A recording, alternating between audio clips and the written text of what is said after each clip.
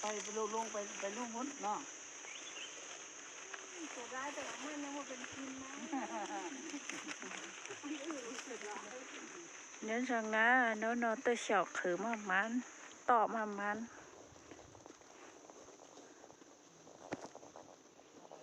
vừa nó tới sọt khử to khử đợt lúa ê ba mà mán nó nữa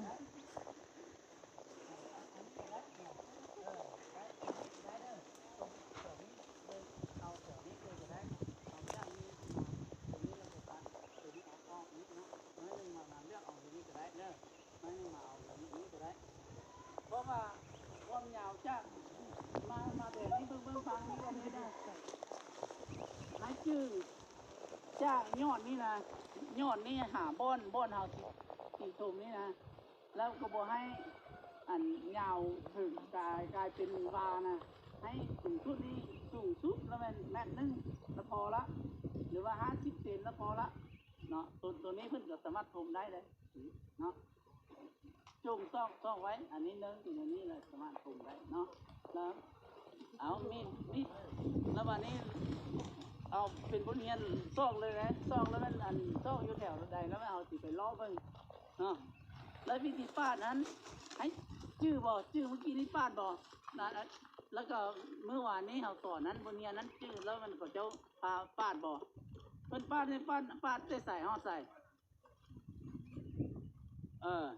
ปาดแต่นี้ห่อนี้เวลาหันเขาจะปาดจากนี้เนาะอันนี้คือลองอันปาดอันน้อยนึงให้ตลาดต้นอันนี้เนาะตลาดบ่อันบ่ตายเนาะความห้างเนาะความห้างนี้เขาจะใส่นี่เนาะประมาณตรงนี้จะได้แล้วเนาะ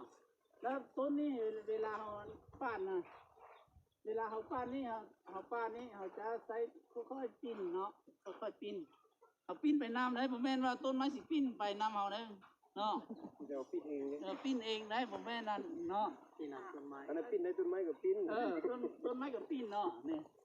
เอาก็ปิ้นกับขึ้นมาห่อนี้เนาะเอาออกมืดออกเปลือก เพื่อเอาออกหมดเนาะแล้วเขาสิสาธิตอยู่นี้ก่อนนะให้ไปเอาออกเนาะทางเดียวนะมันมีผ้าอ้อน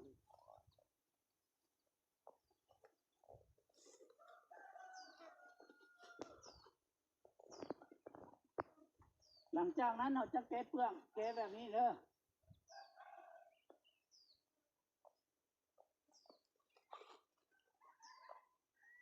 ฉันว่าเปลือกไม้ที่แกะง่ายแล้วมันเราจะใช้ปลายนี่แกะในนี้เลย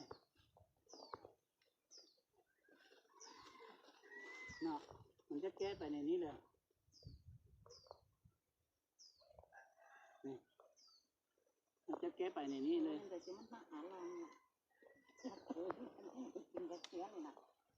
ย่อมาเนอะย่อเนอะ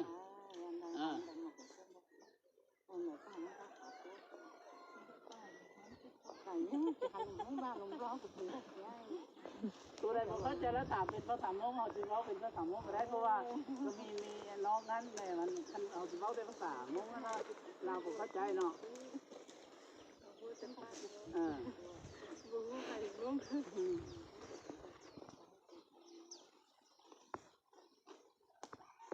ตัวนี้แล้วมันจะเก๊ยากเนาะ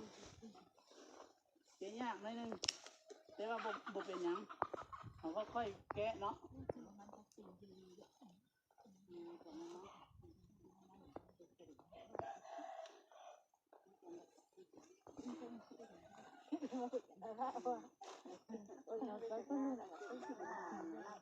บิดหลายนะได้2-3 ปีแล้ว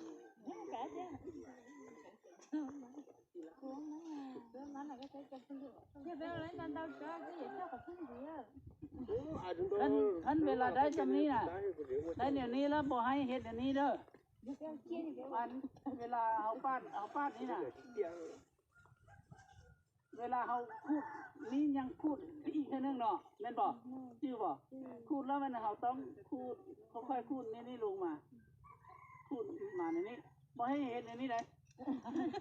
บอกให้เห็นในนี้เลยท่านผู้เลยเห็นในนี้แล้วแม่นเสียละ